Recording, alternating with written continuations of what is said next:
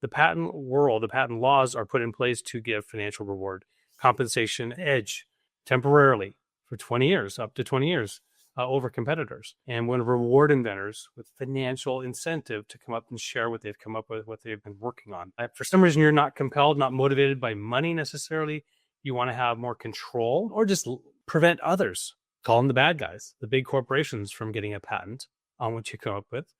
By open source, like by property publishing, what's called a defensive publication, you effectively prohibit another individual or corporation from getting a patent on that subject matter. As the title says, I created a new word and phrase. I have a feeling once it gets out there, it would catch on.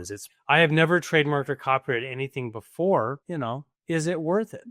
Is it worth it? If people start using the phrase, would I have to go after each one? This is all new. Any advice was appreciated. Yeah, I think this is a common misconception that, like, if you create a phrase, right, and throw it out into the world somehow. Like, what did you say? What was that? Yeah. Right, you own it, right? Then somehow the words that come out of your mouth, you own in perpetuity, and nobody can use them again, right? Is that how it works? And if you come up with a cool phrase or just an annoying phrase that catches fire, like 6, 7, or whatever, you don't own that. It doesn't even represent anything. Nobody even knows what it is. Like, it's just it's horrible. It's terrible.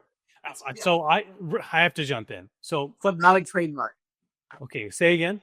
Not a trademark. Not a trademark. During my flag football season, it came up a lot. I'm trying to account for stretching, and these kids are like, "Oh, we get to 6, 7." They start doing this thing. Like, what does this mean? No one had the same answer. I'm like, you're not allowed to use that because you don't know what it means, and because someone could be confused, and you might hurt someone's feelings. Not allowed. Yeah. So, anyway, I digress. I don't like it. It doesn't mean anything. It's not supposed to mean anything. I like your approach to not liking it. Yeah. Not like good. Thank you, Matt. We're moving on, I think. Anything else on that?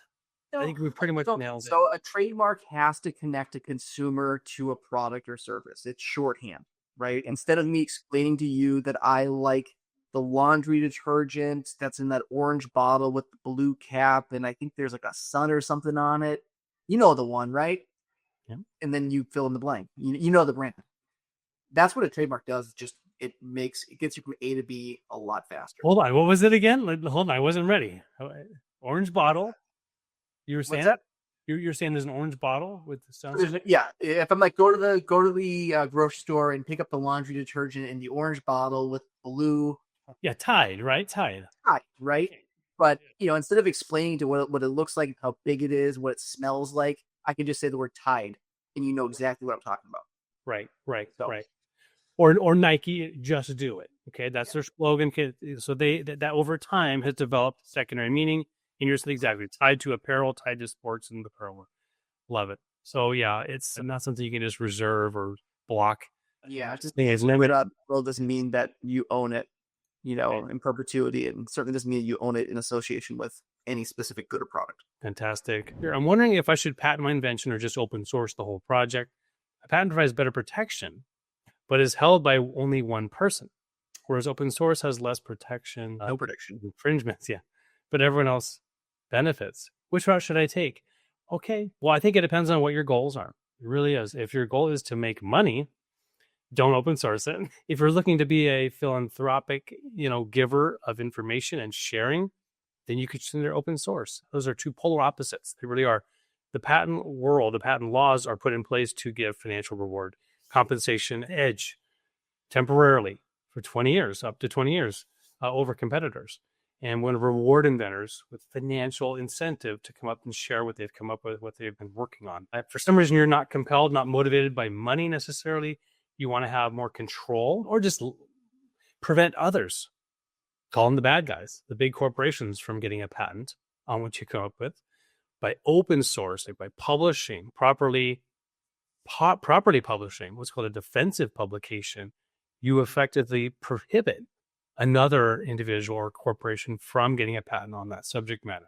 So there could be some other benefits beyond pure philanthropic open source. Would there ever be a situation, JD, where, maybe I go and I do get a patent on this product or this invention. Yep. and I let some folks use it. But the reason I'm gonna open source generally speaking with it, but I just don't want the certain group over here using it for their purposes, right? Can I just open source, but then with the exception, I'm not licensing basically to this particular product category? It's a really good question, man. I think the answer is probably, but that is really a question with regard to licensing law. It's so, to me, it would be between you, the inventor. Let's say you own all of it, right? You're the sole inventor. If you're going to give it to some other entity that's going to then publish it on your behalf, that's a licensing agreement. And so you're saying, hey, I'm willing to publish this. I allow you, I'm giving you some restriction on who you can share this code with.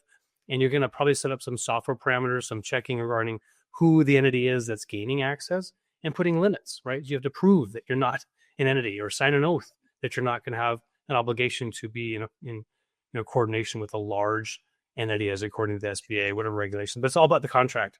And I'm not the best contract attorney in town. I do claim to just focus on just patents, but yeah, that's going to be a contract.